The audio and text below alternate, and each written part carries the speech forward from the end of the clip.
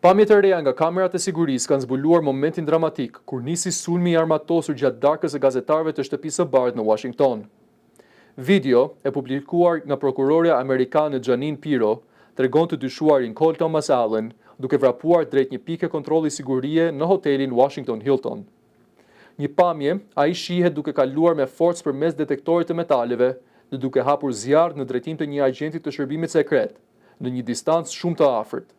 Agjenti mbeti i plagosur, por autoritetet kanë konfirmuar se nuk bëhet fjalë për zjarr miqësor. Ngjarja shkaktoi panik të madh në sallë, ku ishin të pranishëm figurat e larta shtetërore, përfshirë presidentin Donald Trump, i cili u evakua menjëherë së bashku me zyrtar të tjerë. Sipas hetimeve, sulmi ishte i organizuar dhe i planifikuar paraprakisht, ndërsa autoritetet po analizojnë çdo detaj për të kuptuar motivet dhe rrethanat e plota të ngjarjes.